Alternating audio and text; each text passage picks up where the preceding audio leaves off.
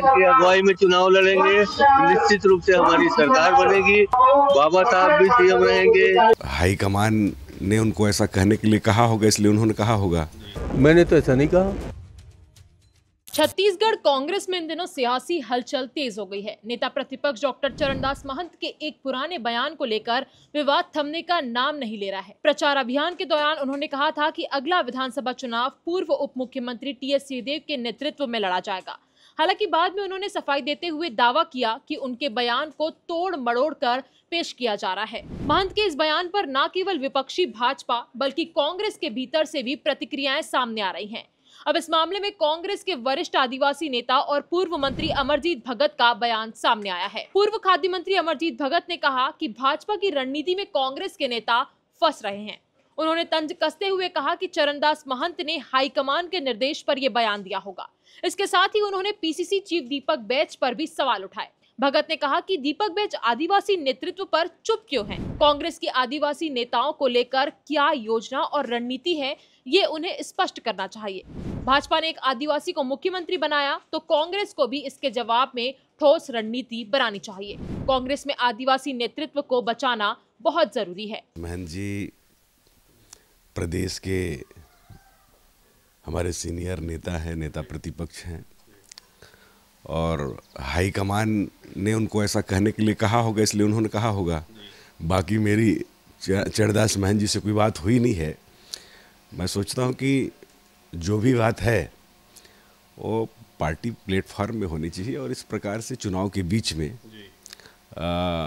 वक्तव्य का क्या मैसेज जाएगा उसका नफा नुकसान देख करके बात करना चाहिए। आप क्या भारतीय जनता पार्टी कांग्रेस के नेताओं को उलझाने का काम कर रही है। इसमें हमारे नेता उलझते हुए दिख रहे हैं।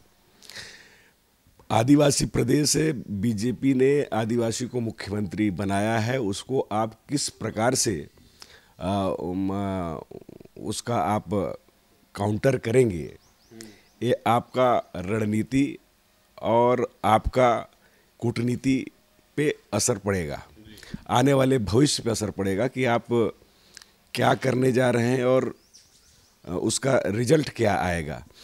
प्रदेश में ये बात सही है कि इस समय आदिवासी जो लीडरशिप है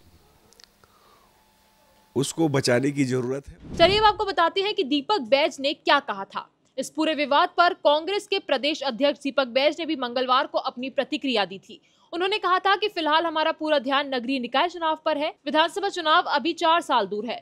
महंत जी ने जो कहा उसकी व्याख्या वही बेहतर कर सकते हैं। इस पूरे बवाल के बाद चरणदास महंत ने सफाई दी और कहा कि उनके बयान को गलत तरीके से प्रस्तुत किया गया है। उन्होंने कहा कि छत्तीसगढ़ में चुनाव हमेशा सामूहिक नेतृत्व में लड़ा जाता है। जहां तक चेहरे की बात है तो अंबिकापुर में सिंहदेव का प्रभाव है। उनके क्षेत्र में उन्हें प्रोत्साहित नहीं करूंगा तो क्या करूंगा? मैंने तो ऐसा नहीं कहा। नहीं, बयान चल रहा होगा, आप लोगों ने चलाया होगा। अगर नगर निगम का चुनाव हम लोग जीतेंगे इनके नेतृत्व में, इन्हीं के नेतृत्व में हमें विधानसभा का चुनाव लड़ना है, सामूहिक नेतृत्व में हम लोगों ने चुनाव लड़ा है, तो इसमें तो टीएस सिंहदेव का भी फेस था, भूपेश बघेल का फेस था, चरणदास का फेस था, अध्यक्ष का फेस था। तो आप लोग किस तरह से उसको तोड़ मरोड़ के पेश करना चाहते हैं चुनावी सत्र? तो आखिर अंबिकापुर में ऐसा आपने क्या कह दिया कि अंबिकापुर उनका क्षेत्र है। अंबिकापुर में अंबिकापुर वालों को मैं उत्साहित नहीं करूंगा तो क्या उनको कहूं कि इनके नेतृत्व में हार गए इसलिए चुनाव नहीं लड़ाएंगे? केवल संदर्भ अंबिकापुर नगर निगम को लेकर के था जो आपने बातें कही। मैं कह रहा हूँ इनके नेतृत्व में, अभी मैं यहाँ मनेंद्रगढ़ में कह रहा हूँ कि पूरे प्रदेश में सामूहिक नेतृत्व में चुनाव होगा। उस नेतृत्व में माननीय टीएस सिंहदेव भी शामिल है, उसमें चरणदास महंत भी शामिल है, उसमें भूपेश बघेल भी शामिल है, हमारे अध्यक्ष भी शामिल हैं, हमारे वरिष्ठ नेता भी शामिल हैं। इस पूरे विवाद से स्पष्ट है कि छत्तीसगढ़ कांग्रेस के भीतर नेतृत्व को लेकर खींचतान जारी है। भाजपा इसे कांग्रेस की आंतरिक कलह के रूप में देख रही है, जबकि कांग्रेस नेता इससे बचने की कोशिश कर रहे हैं। अगले विधानसभा चुनाव में किसका नेतृत्व स्वीकार होगा ये तो देखने वाली बात होगी। लेकिन इस पूरे बवाल को लेकर आपकी क्या राय है, हमें कमेंट कर जरूर बताएं। इस वीडियो को ज्यादा से ज्यादा शेयर करें और हमारे चैनल खबर विभाग को सब्सक्राइब करना ना भूलें।